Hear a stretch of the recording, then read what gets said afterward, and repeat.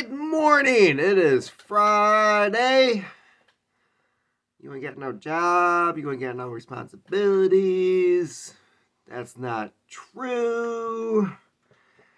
Never really was a fan of that movie, and I think I probably just lost like half the viewers that were going to be watching this. Oh well, this probably was not for you then. So, more information has come out about these bio labs that were in Ukraine for a very, very long time already. Yeah, it turns out 2005, the Pentagon was sending money over to Ukraine, and their official, which means we probably shouldn't believe it, explanation for this was, well, Ukraine had their hands on all of this, these bioweapons that were part of the former Soviet Union programs.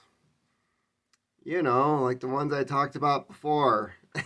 and that the money was going to these places so that they could systematically destroy it. But that was 2005, and unless Ukraine doesn't know this new technology called fire, then they couldn't have built an incinerator, and that means that I don't know, were they just like giving this stuff to cows or something to try to get rid of it? Who knows?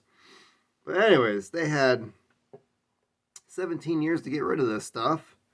But just like any other temporary government program, if there's an end goal in sight, their job when they have a paycheck is to not reach that goal. Yeah. About 5 years ago, there was a reporter. She was on Twitter. She was actually kicked out of the UN for asking U.S. officials about the government weapons labs in Ukraine.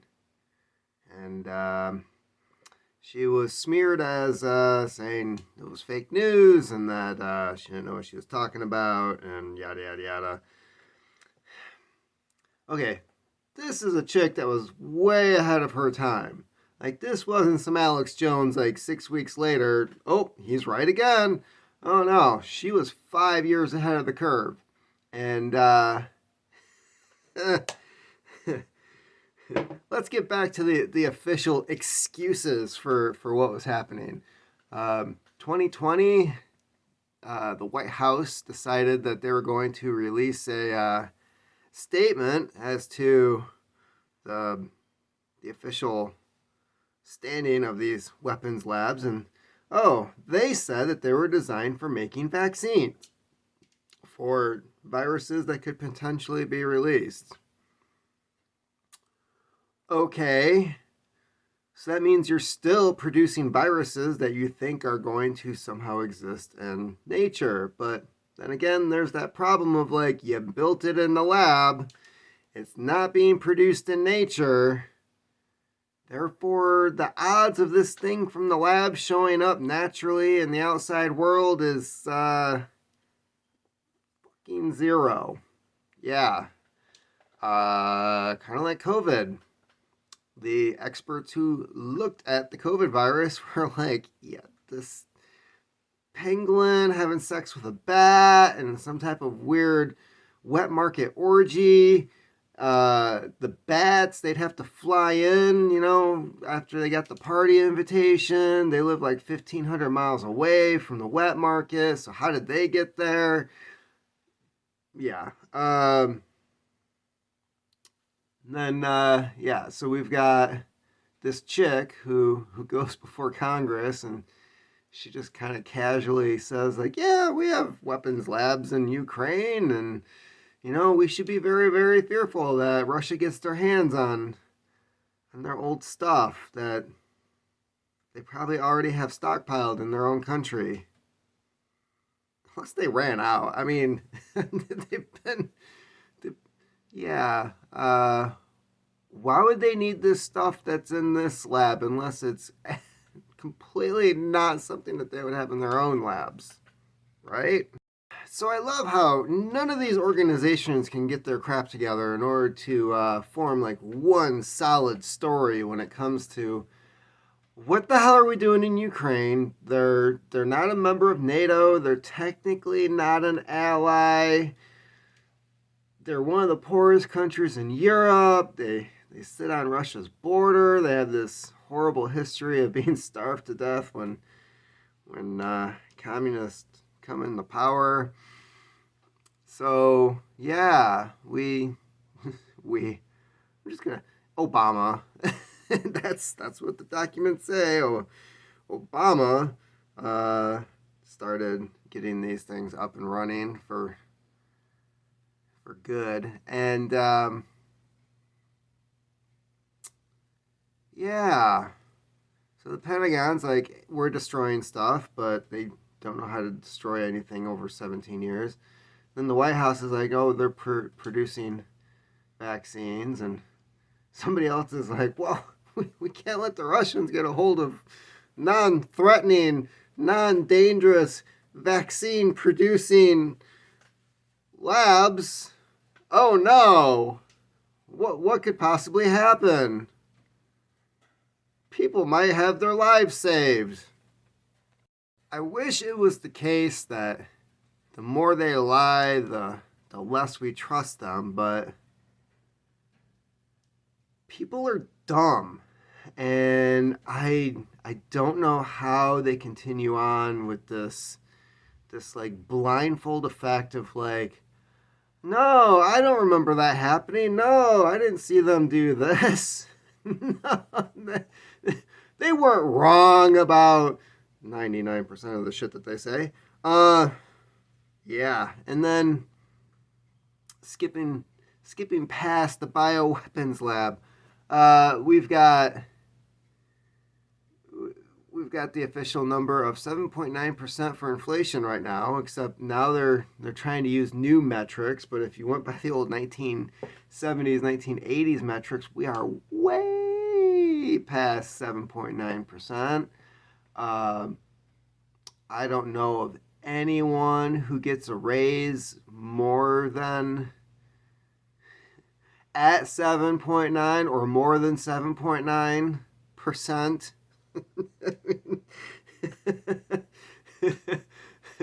the last raise I got when I was working in healthcare, it was 1.1%. And I remember looking at my boss and I said, you realize that doesn't account for inflation. And he just kind of like, yeah, I know.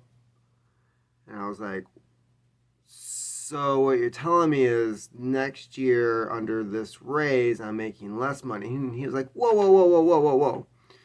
You're topped out. So this is going to be a lump sum check. I'm thinking like, so it's not even the 1% that I'm getting because the government's taking like 20% of that, right? So you account for inflation, I'm negative, right? That's how this works. So I'm again making less money from this raise, and that was when I was done. And I have a feeling that a lot of people are going to sit down and go, "What the am I doing?" Like, for one, I can't feed myself, right? So what's the point of working? A lot of people are going to come to that conclusion, especially after 2 years of getting a free paycheck from the government, to not go to work because, heaven forbid, they might get the sniffles, right? I mean, this is what we saw that brought the economy to a screeching halt. And then when people started going back to work, they were like, oh no, you loser who can't get the jab. Like, you're back on unemployment, but we didn't fire you so you can't collect unemployment. Ha ha ha ha ha. And so they've been doing this trick for 2 years now. Yeah. I have a feeling that some people are just going to volunteer themselves out of the system, because the other thing that's going to come to their mind is they keep printing all this money. It looks like this $1.5 trillion bill that's being snuck through Congress at 1:30 in the morning when nobody is awake, nobody can read over 2,000 pages of bullshit. 2,000 pages, $1.5 trillion. No argument from either side as to this shouldn't be in here. Let's add this. Let's take this out. Nothing.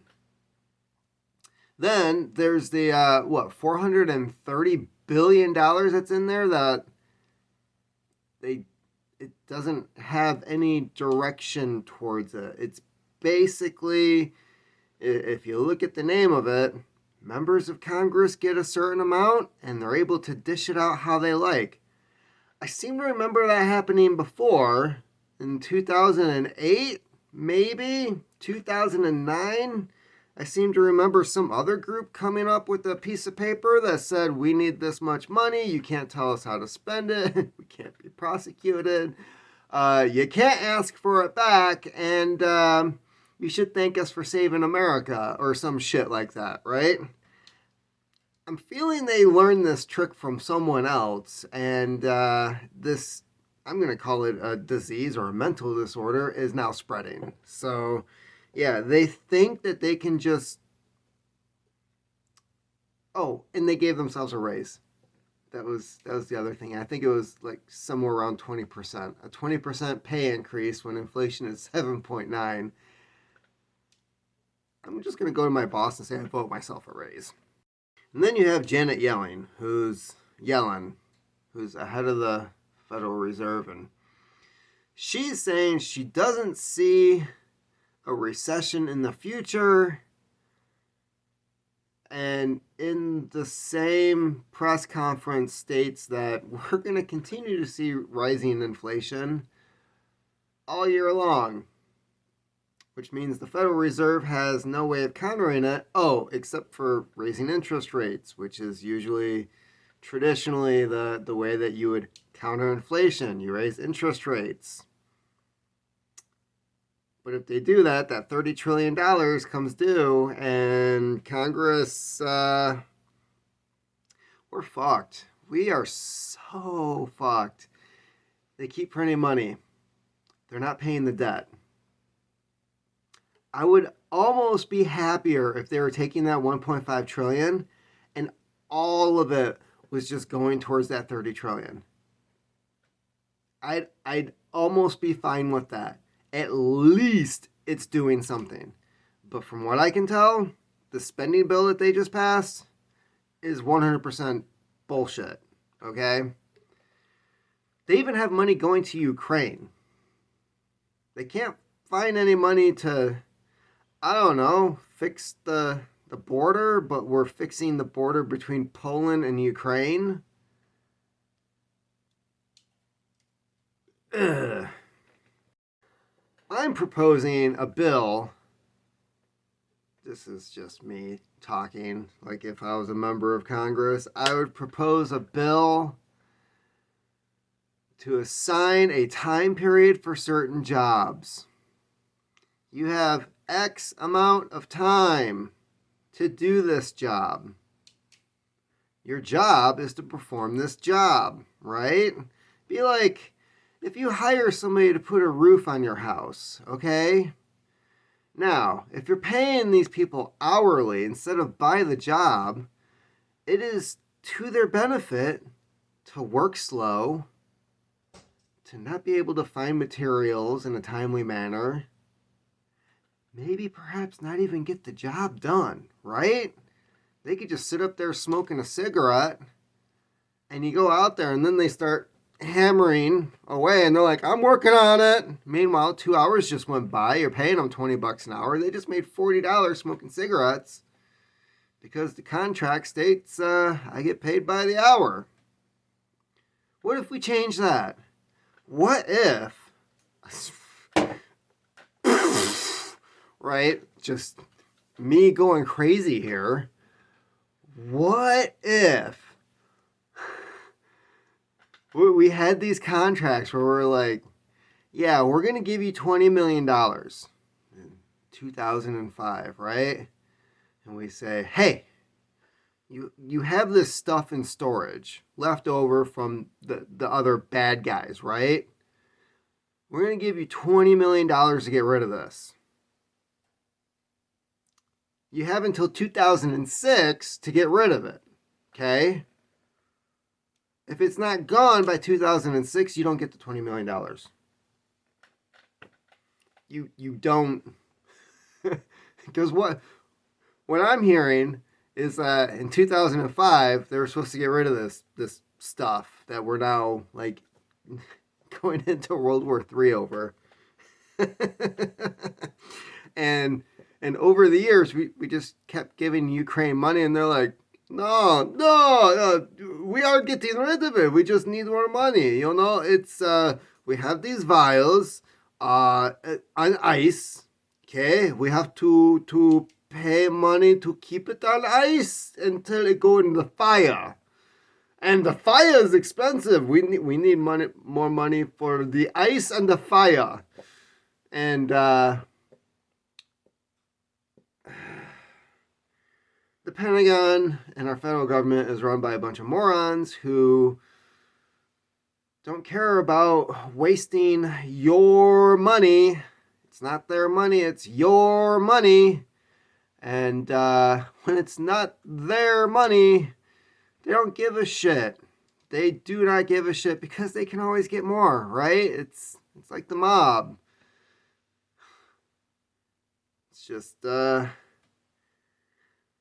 way things are, I guess. And it'd be really nice if we had some form of government where we could like change that periodically. I don't know, like every 4 or 6 years or 2 years, depending on the election, and you know, maybe mix things up a little bit, like getting some brains in the office, perhaps.